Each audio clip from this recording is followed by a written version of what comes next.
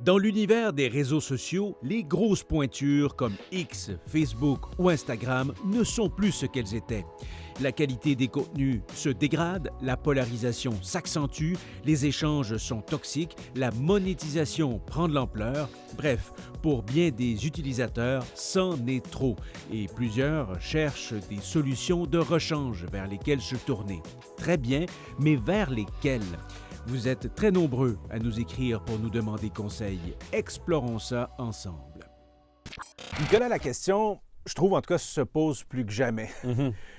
Les alternatives, s'il y en a des alternatives valables à tous ces grands réseaux sociaux qui ont été au cœur de nos vies numériques depuis tant d'années. On va faire un petit tour d'horizon de ce qui nous semble le plus pertinent à ce stade-ci. Commençons par Reddit. Je sais que tu aimes bien Reddit. J'aime bien Reddit, puis c'est quand même un site assez populaire. On parle d'un des 10 sites les plus populaires au monde. C'est assez vieux aussi, ça a plus de 15 ans.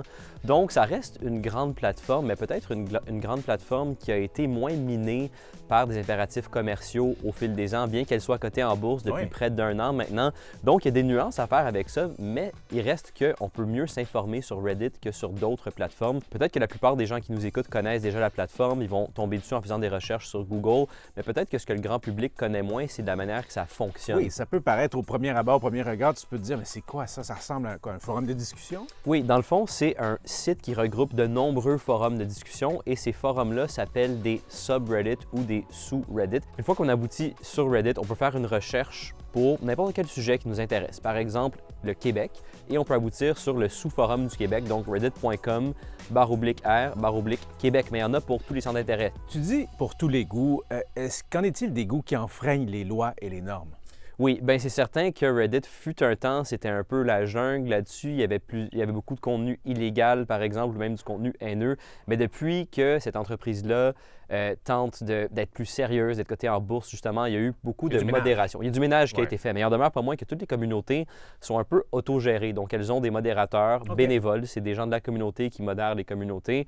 Et ça fait en sorte, c'est ce qui fait la force de la plateforme, mais ça aussi qui fait en sorte que parfois il y a des tensions entre la communauté, les propriétaires et tous les impératifs commerciaux. Donc, on suivra ça quand même au fil des ans. Voilà pour Reddit. Il faut parler des nouveaux venus, finalement. Reddit, c'est un vieux joueur, en quelque sorte. 15 ans, tu l'as dit, ou à peu près.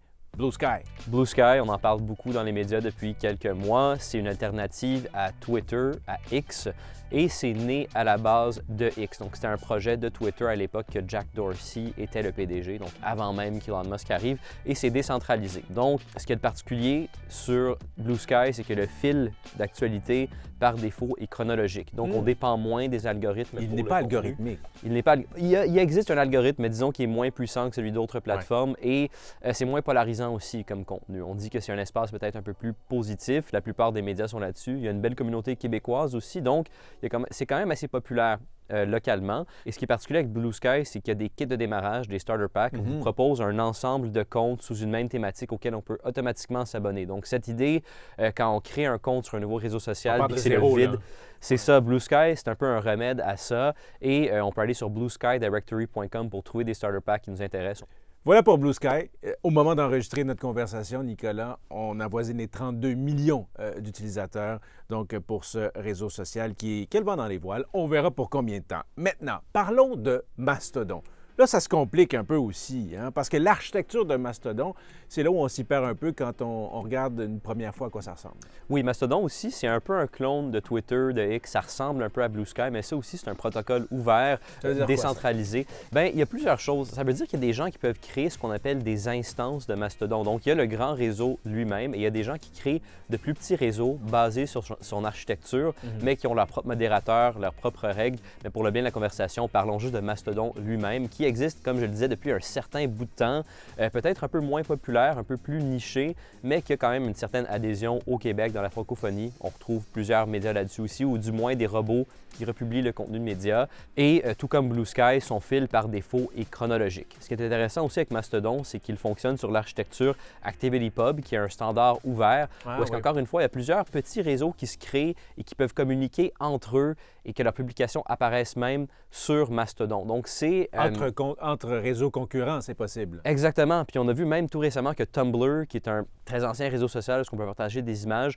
va bientôt fonctionner avec ActivityPub aussi. Donc on pourra retrouver les publications de Tumblr à même Mastodon. En gros, c'est comme les courriels. Donc moi, si je suis sur Gmail, toi, Alexis, tu es sur Outlook, bien, malgré tout, on peut s'envoyer des courriels, même si c'est deux plateformes différentes. On peut un peu voir ça ainsi avec Mastodon. Ça offre plusieurs possibilités, même si ça reste un peu plus niché. La méthode Mastodon, d'ailleurs, c'est celle qu'a employé un réseau social naissant, embryonnaire ici au Québec, Club, avec un Q, dont on parlera plus tard à l'émission. Restons dans l'univers Mastodon, Nicolas, pour parler, pivoter vers un autre outil dont tu veux nous parler, PixelFed. Oui, PixelFed, qui est un peu une alternative à Instagram qui existe depuis 2018, mais qui est resté assez marginal jusqu'à tout récemment. Début 2025, il y a eu une migration de certains utilisateurs d'Instagram vers PixelFed après l'annonce des changements de règlement et de modération de Mark Zuckerberg. Donc, ça prend de plus en plus de popularité. Et ça aussi, c'est basé sur le protocole ActivityPub. Donc, il existe des instances de PixelFed, des plus petits réseaux basés sur son architecture, mais aussi,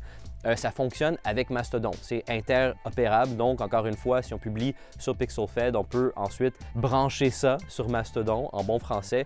C'est assez populaire. Les images générées par IA, par exemple, sont bannies. Il y a beaucoup d'artistes qui se retrouvent là-bas, donc ça gagne en popularité. C'est une alternative assez viable à Instagram. Voilà pour ces réseaux, si on veut, alternatifs. Revenons maintenant sur les fonctionnalités qui existent sur les grandes plateformes web actuellement et pour lesquelles on cherche aussi une alternative. Ouais, je pense à Marketplace, par exemple. C'est ça, c'est difficile de remplacer complètement toutes les fonctionnalités de Facebook, par exemple, un réseau tout à fait tentaculaire. Et Marketplace, c'est la destination de choix pour acheter des biens usagés, pour les petites annonces classées, mais il existe des alternatives. Notamment au Québec même, il y a l'EPAC qui existe depuis super longtemps. Sinon, il y a le bon vieux Kijiji qui, avec le temps, a perdu quand même en popularité. C'est eBay qui est propriétaire de Kijiji, mais ça aussi, c'est une alternative viable à Marketplace. Autre fonctionnalité de Facebook très populaire, c'est Events, les événements, pour organiser un peu nos sorties culturelles ou autres. On se tourne vers quoi maintenant? Bien, il existe plusieurs alternatives. Peut-être la plus populaire, c'est Eventbrite, qui est une plateforme qui permet aux gens d'organiser des événements, même vendre des billets à même la plateforme. On peut filtrer par notre ville ou nos intérêts. Donc, ça peut être un moyen de faire des découvertes culturelles. Et sinon, ce que je conseillerais aux gens, c'est de s'abonner à des infolettres, des salles qui les intéressent, des salles où est-ce qu'ils vont bien souvent. Ça rentre directement dans leur boîte de réception. C'est toujours un moyen fiable d'être informé des événements qui se passent. Puis, c'est aussi le cas pour des médias. Donc, s'il y a des médias qu'on apprécie particulièrement, on peut s'abonner à l'infolettre ou même, par exemple, à des décrypteurs. Oui, pourquoi pas. Une suggestion comme ça, tant qu'à y être. Mais c'est vrai que moi, pour ce qui est des infolettres, je suis un grand fan des infolettres en tout genre. Voilà pour les alternatives. Il y en a des alternatives. On ne peut pas dire qu'il n'y en a pas. Côté réseaux sociaux, les solutions complémentaires existent aussi chez nous. Tranquillement mais sûrement, des initiatives voient le jour. Deux exemples, 100% québécois, le réseau social Club et le réseau Passerelle. Leurs co-dirigeants respectifs, Philippe Larose-Cadieux et Joël Nadeau, sont passés nous voir. Joël et Philippe, bonjour. Bienvenue au Décrypteur. Alors, on a reçu beaucoup de courriels au cours des derniers mois de téléspectateurs, de téléspectatrices qui se demandaient, en fait, qui cherchaient des alternatives aux grandes plateformes web. Je vous demanderais de décrire votre plateforme. En commençant par vous, dis-nous, quand les gens arrivent, par quels moyens ils arrivent, puis qu'est-ce qu'ils voient? À quoi peut-on comparer ça? Est-ce que c'est plus Twitter, est-ce que c'est X, ou est-ce que c'est plus Facebook? Dites-nous un peu. On s'est tourné vers une solution ouverte qui s'appelle Mastodon, qu'on a adapté aux besoins, dans le fond, des Québécois et qu'on a mis en ligne en dedans d'une semaine. Puis, dans les 12 premiers jours, on avait déjà 4000 utilisateurs. En ce moment, dans Club, étant donné qu'il n'y a pas d'algorithme, c'est un fil d'actualité qui est chronologique. Donc, nous, on met beaucoup d'emphase sur le fait qu'il n'y a pas de publicité poussée par un algorithme et toutes les publications sont faites en fonction des gens et des intérêts qu'on suit dans la plateforme. Donc, ça ressemble beaucoup à ce que Twitter était au tout début. Même idée. Comment vous décririez votre plateforme, ce qu'on y retrouve, à quoi elle ressemble? Nous, on a développé une première plateforme, Passerelle, dès 2018, donc après 2 ans de consultation, design et développement. Pour répondre non pas à la grande question d'un réseau social québécois qui répond à tout, mais sur une partie très spécifique qui était la collaboration. Donc, avoir OK. un peu des groupes Facebook, finalement, là, une alternative à des groupes Facebook pour des communautés de pratique, des communautés territoriales, de la veille collaborative et aussi pour partager des connaissances. Et l'autre plateforme qui s'appelle Praxis, qui, elle, est accessible au grand public, OK. où là, il y a des milliers de notes, en fait, qui sont partagées. C'est des contenus, c'est des savoirs pratiques. Il y a des cartographies d'initiatives, il y a des comptes rendus de projets qui ont été réalisés ici et là, il y a des répertoires de ressources, il y a des bases de connaissances thématiques. On peut penser aussi à la polarisation, l'aspect toxique de X qu'on voudra peut-être éviter. Quels sont justement les pièges qu'on veut contourner, les coins où on veut moins aller sur vos réseaux? Bien, évidemment, toute cette question-là de la polarisation et de la désinformation, c'est certain que ça occupe nos esprits, tout le monde. Aussi, le contrôle sur nos propres données, donc s'assurer que les plateformes sont accessibles, qu'on a un contrôle sur nos données personnelles, que ça reste hébergé au Québec aussi. Parce qu'en ce moment, ce n'est pas le cas, là. C'est ça avec les autres plateformes? Exactement. À partir du moment aussi où c'est hébergé aux États-Unis, bien là, il y a une monétisation qui est faite sur nos données personnelles, mais aussi du ciblage éventuellement et tout un système de surveillance qui se met en place. Et dans le contexte politique qu'on connaît aujourd'hui, ça devient particulièrement problématique. Ce qu'on a constaté, c'est que malgré ces moyens incroyables, une plateforme gigantesque comme Facebook et donc Meta a de la difficulté ou ne veut pas, c'est selon, modérer adéquatement ses contenus. Alors, comment on fait quand on est un petit joueur dans un petit marché comme le Québec pour modérer en cas de dérapage? L'objectif de Facebook, c'est d'aller vendre l'attention des gens. Donc, plus ils sont capables de garder soit les gens actifs ou captifs dans la plateforme, par exemple, la polarisation, qui est une des façons les plus faciles pour eux d'aller stimuler l'engagement, par exemple. Colère, la haine. Colère, la haine, tout ça. C'est sûr que le fait qu'eux ont décidé de limiter leur intervention en termes de modération, bien, c'est un peu en lien avec cet intérêt-là lucratif d'aller stimuler les réactions des gens. Fait qu'il faut garder en contexte c'est quoi l'objectif de la plateforme, qui n'est pas d'informer les gens, mais bien d'aller les garder pour être capable de leur vendre des publicités éventuellement. Et vous proposez donc une approche qui est à l'inverse de cette logique-là, c'est ça? Bien, ce qu'on remarque, nous, de nos modestes débuts de à peu près un mois, là, on avait cette crainte-là au niveau de la modération dans la plateforme. Et la réalité, c'est qu'on a eu à intervenir une vingtaine de fois. La beauté de la chose avec ce qu'on propose, c'est qu'étant donné que les gens construisent leur fil d'actualité en fonction de leurs intérêts, mais si ce que les trolls proposent n'est pas intéressant pour eux, ils s'effacent. Donc la modération se fait d'une certaine manière par elle-même. Dans 5-10 ans d'ici, comment vous entrevoyez ces écosystèmes-là avec les chambardements actuels, mais avec des projets comme les vôtres, avec cet appétit des gens d'aller voir un peu ailleurs, entre guillemets? Comment vous entrevoyez l'avenir? Sortez-nous vos boules de cristal.